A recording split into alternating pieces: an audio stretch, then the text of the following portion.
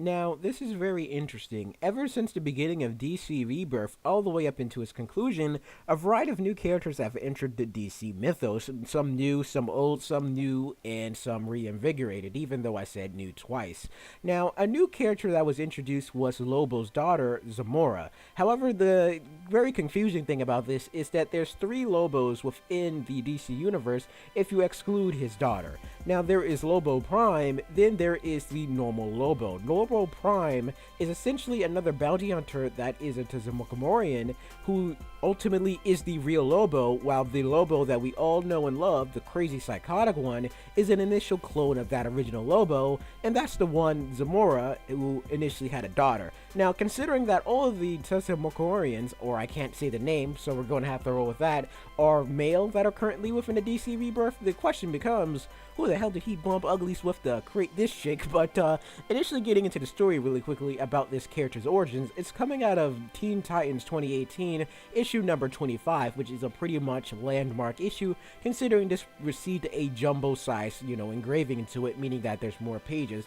But specifically talking about this character's origin, due to the very nature of DC Rebirth and its new directions that it's going, Damian Wayne has gone to this divergent path of being a different Robin, straying away from the teaching of Batman a little bit and becoming a little bit more like Red Hood. Now, this is following the aftermath of several different events happening in the DC universe. For example, Nightwing, Dick Grayson being shot in the head and him becoming Rick Grayson, and him losing all his memories, to other catastrophic events like Dark Knight's Metal, to some other significant and low points of these characters' iterations in their lives.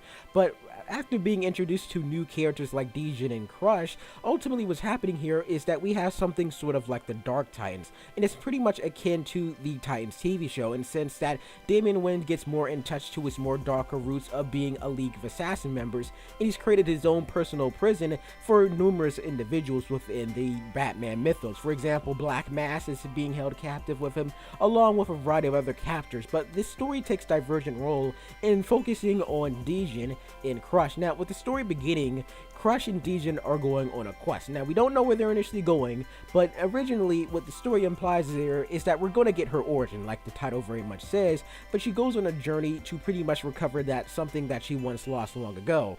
Now, rewinding 15 years ago to a Burning Man's concert, we are introduced into Zamora, or Crush's parents, which are these two junkies. Now, I don't know their names, but I'm just going to call them Miss Raja and Mr. Raja, due to the very nature that their last names are Raja, and Zamora, Crush, is pretty much taking the placeholder name of their last name into her own, therefore we got the character Crush Zamora Raja. Ultimately here, what the story wants to pretty much explain in a very quick, fast, and loose way, is that these two people are trash human beings in their garbage existence, in the sense that they do drugs, they live life on the loose, they owe drug dealers money, the police are after them, all their lives has gone to shit. However, there is one bright side, the introduction of Crush or Zamora, particularly in their lives. Now, the interesting thing about this is that Crush is brought to this planet in chains, in the sense that she has chains surrounding them, and the interesting thing about these chains is that they're sentient. Now, we know Lobo nefariously uses chains in the DC landscape.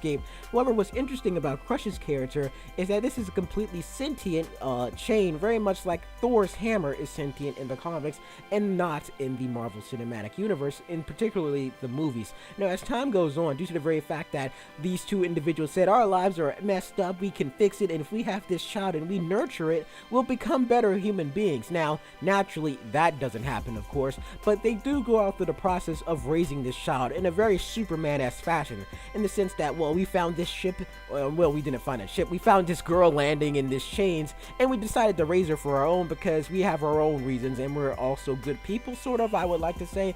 But as time goes on, they raise this kid to the best of their abilities, they try to teach her about Earth culture, and she wants to be pretty princesses and all. And of course, this was at the insurgence of Superman, and people began to learn about Kryptonians and things like that. So this entire revelation for the character here is that she's an alien, and she's very much like Superman. She came here on this planet from God knows where, and she initially wants to be Superman. Originally, she wanted to be a princess because she thought that was cool, but she wants to be a Superman. But remember when I said these characters were trash human beings in regards to Mr. Raja and Mrs. Raja? Well, they are trash human beings, because as this is all going on in the background, the mom's cooking meth, and she's cooking all these drugs up, and she's doing drugs in the background. And this is all brought at the revelation that they constantly have to run away from drug dealers and, various mafias and cartels due to the very fact that, well, they're always on the run and they're put their lives in these situations where they always have to keep moving. However, they're able to invade all the situations because the sentient chains is able to sense danger, and they're able to bail out before anything initially happens to them. But here's the problem with the story when we start to get revelations about her character. Originally, when she was a kid, or well, she was a teenager, and she was jaded and she was edgy due to the very fact that it's Lobo's daughter, ultimately here she sees Lobo fighting Superman. She's all like, oh my god, that guy looks like me. That means my parents have been lying to me my entire life. That's my dad. He's fighting Superman, and he's an asshole bad guy, and I'm gonna be mad at them, and blah blah blah. We can all imagine how this story initially decides to continue on. But not only that, she also abandons this Shane that's named Obelisk. Now, due to the very fact that she wants to reject everything that she is and doesn't want to be anything like her father and wants to stray away from her parents because they're also shitty people, she decides to run away and decides to do her own thing. And when she's trying to do her own thing, everyone sees this because this was the first surgence of Lobo, the bounty hunter, appearing on Earth. Now, due to the very fact that she looks like Lobo, even though she could be an albino for all we know with red eyes and black mascara on, all these people say, well, she looks like Lobo, but it's a female version, so what we're gonna do here is we're gonna beat her up. But that doesn't work out too well because she lets the rage consume her and beats the hell out of them. But as consequence for this, because she wasn't at home and she doesn't take great responsibility for any of her actions, the entire tractor trailer that they were living in blew the hell up. Now, why it blew up we'll talk about here in a little bit later, but what's revealed here is that her parents are dead and she's distraught by this. Even though she was having an edgy mode and needed time for her own, she feels at fault for allowing her parents to initially be killed here. Now, skipping back to the present day here as the story continues, it's revealed that this other character named Ezekiel, which I would like to say is a Black Lightning villain, I would like to say, but I'm not really too sure. He pretty much beat the hell out of these chains, I would like to assume, and abused them, and now the chains listen to him, blah blah blah blah blah blah blah. And Crush gets in there, she does the entire I know you and you know me speech, and we can be friends again. I was just really mad and I just had to run away and I just forgot, just give me another chance. And they beat the hell out of Ezekiel, and the Obelisk gets back, and the story just continues on how it began, and they go back to the Teen Titans thingy thing and they hang out. But anyway, it's a short and simple story. This is a story about a girl who was an alien, crashed into Earth, and her parents were these drug dealing cartel assholes, and they were constantly on the run.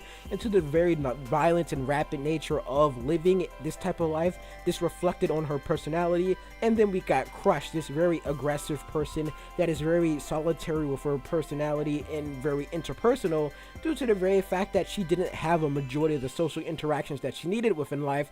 Therefore, we have the character Crush. It's a very simple and short story, but I really like it considering how this story was initially told throughout the pages of this one issue of Teen Titans number 25, 2018. But overall, I really like this comic. In the next video, I'll probably be making a video about Dick Grayson Nightwing getting his head blown off and becoming a completely different person, that being Rick Grayson.